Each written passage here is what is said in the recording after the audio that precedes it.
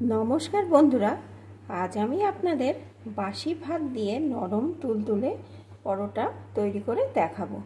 তার জন্য এখানে আমি 1 বাটি পরিমাণ বাসি ভাত নিয়ে নিয়েছি।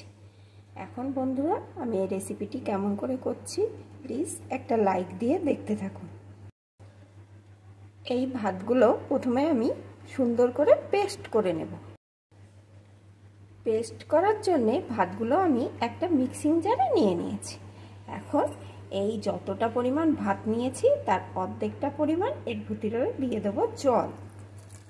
এখন আমি ভাতগুলোকে সুন্দর করে পেস্ট করে নেব। পেস্ট করে আমি একটা পাত্রে ঢেলে নিয়েছি।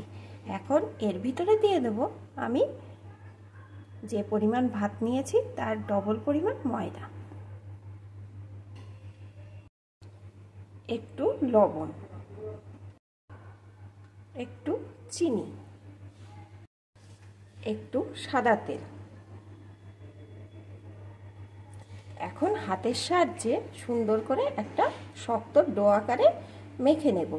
এতে কিন্তু বাড়তি কোনো জল যাবে না। এই ভাতের ভিতরে যে জলটা দেওয়া ছিল সেই জলেই এটা শক্ত করে মেখে নিতে হবে। সুন্দর করে মেখে নিয়েছি। এখানে আমার কিন্তু যে পরিমাণ ভাত তার ডবল পরিমাণ ময়দাতে এটা সুন্দর মাখা হয়ে গেছে। আপনাদের যদি কম বেশি লাগে তাহলে একটু কম বেশি করে নেবেন। এখন এর উপর দিয়ে দেবো একটু সাদা তেল।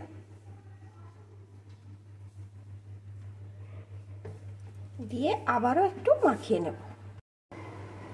তেল দিয়েও আবার বেশ কিছুক্ষণ মেখে নিয়েছি। এখন আমি 10 মিনিট এটাকে রেস্টে রেখে দেবো। 10 মিনিট পর বন্ধুরা আমি আবার ফিরে আসছি।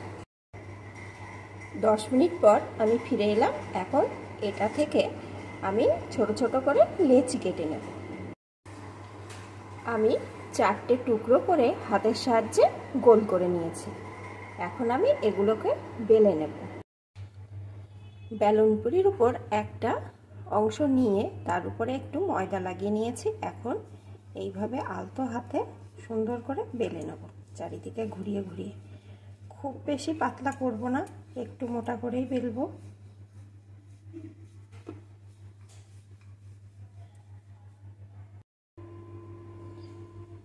এটা আমার বেলা হয়ে গেছে। এখন আমি ভেজে নেব।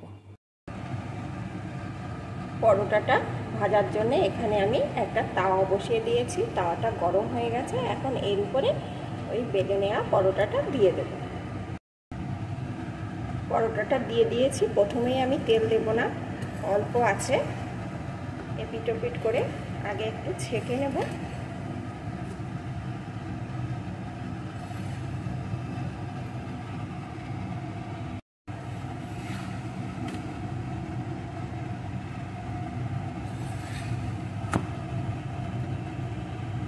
একটু ছেঁকে নিয়েছি। এখন এর সাইড দিয়ে দেবো একটু সাদা তেল।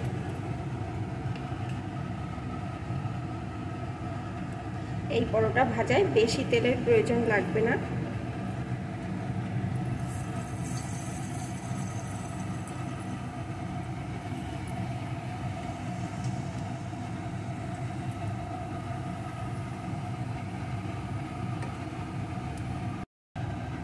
এখন এইভাবে চেপে চেপে এপিট ওপিট করে ভেজে নেব।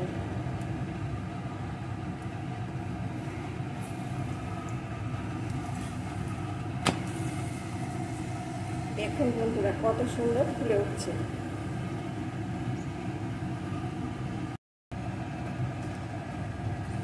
এটা আমার ভাজা হয়ে গেছে।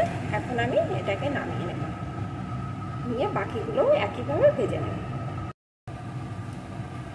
আবারও আরেকটা একইভাবে দিয়ে দিয়েছি।